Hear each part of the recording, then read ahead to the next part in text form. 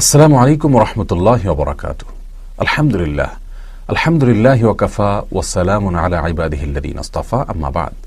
সুপ্রিয় দর্শক শ্রোতা ভাই ও বোন, ডেইলি ইসলামের রমাদান 360 ডিগ্রির আজকের পর্বে আপনাদের স্বাগতম।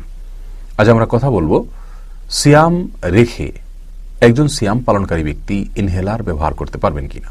আমরা জানি অনেকে শ্বাসকষ্টে ভোগেন, অনেকে শ্বাসকষ্ট সহ আরও এ জাতীয় রোগের কারণে তাদের ইনহেলার ব্যবহার করতে হয়।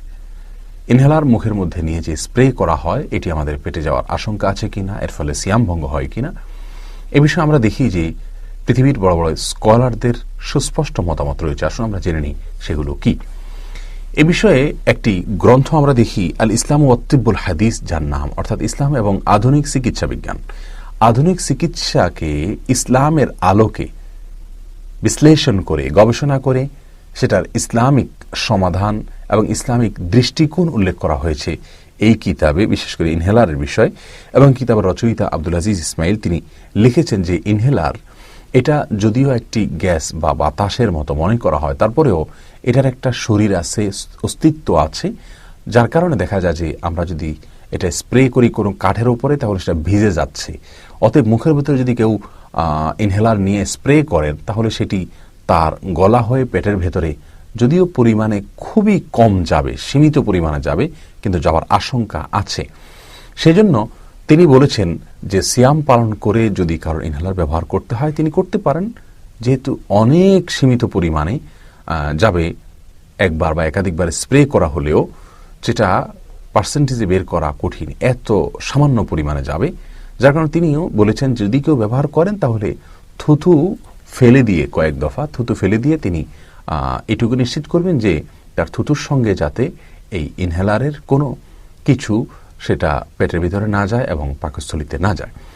এটা আব্দুল আজিজ ইসমাইল তার পরামর্শ দিয়েছেন। তবে আমরা দেখি ইনহেলার ব্যবহার প্রসঙ্গে লাজনা দায়মা অর্থাৎ ফতোয়া বিষয়ক স্থায়ী কমিটি যেটি রয়েছে সৌদি আরবের, সেখানে গোটা পরিষদের ওলামা ইকরাম ঐক্যমতের ভিত্তিতে ফতোয়া দিয়েছেন যে ইনহেলার ব্যবহার করা যাবে, কোনো প্রকার সমস্যা নাই। এত যদি কোনোরকমভাবে যদি আমরা বলি পেটের ভিতরে যায়ও তার কোনো কিছু, তাহলে সেটা পরিমাণ এত কম থাকে যে সেটিকে এক ফোঁটাকে বহু ভাগ করলে তার 100 অথবা 200 ভাগের এক ভাগ হতে পারে। এত সামান্য পরিমাণ আমাদের ওযুর সময় কুলি করলেও আমাদের থুতুর সঙ্গে চলে যায়, যার কারণে এটি সিয়াম ভঙ্গ করবে না। একই সঙ্গে শেখ মোহাম্মদ সালেহ আল ওসাইমিন রাহিমাহুল্লাহ, সৌদি আরবের সাবেক অনেক বড় আলেম এবং মুসলিম বিশ্বের প্রখ্যাত স্কলার, তিনি তার ফতোয়া আরকানুল ইসলামের ভিতরেও স্পষ্ট করে উল্লেখ করেছেন যে ইনহেলার ব্যবহার করলে সিয়াম ভঙ্গ হবে না। তাহলে গোটা বিষয় সামনে রেখে আমরা বলতে পারি যে শ্বাসকষ্ট অথবা এ জাতীয় কোনো অসুবিধার কারণে কেউ যদি সিয়ামরত অবস্থায় ইনহেলার ব্যবহার করতে হয় তাহলে সেটি সিয়ামকে ভঙ্গ করবে না। এই মতটি বেশি শক্তিশালী, ইনহেলার ব্যবহার করা যাবে ইনশাআল্লাহ বিইذনিল্লাহ। তবে নিরাপদ এবং সতর্কতার জন্য বড়জোর আমরা এক দুবার থুতু ফেলতে পারি, কিন্তু সেটাও কোনো বিশেষজ্ঞ বড় কোনো প্রাজ্ঞ আলিম পরামর্শ দেননি। তাহলে আমরা সিয়ামরত অবস্থায় ইনহেলার ব্যবহার করার প্রয়োজন মনে করলে আমরা করতে পারবো ইনশাআল্লাহ বিইذনিল্লাহ। আর যদি কেউ ইনহেলার ব্যবহার করার খুব বেশি জরুরি তার জন্য না হয় তাহলে না করাই উত্তম হবে এবং ভালো হবে। আল্লাহ তাআলা আমাদের সকলকে সহিহ এবং বিশুদ্ধভাবে সিয়াম পালন করার তৌফিক দান করুন।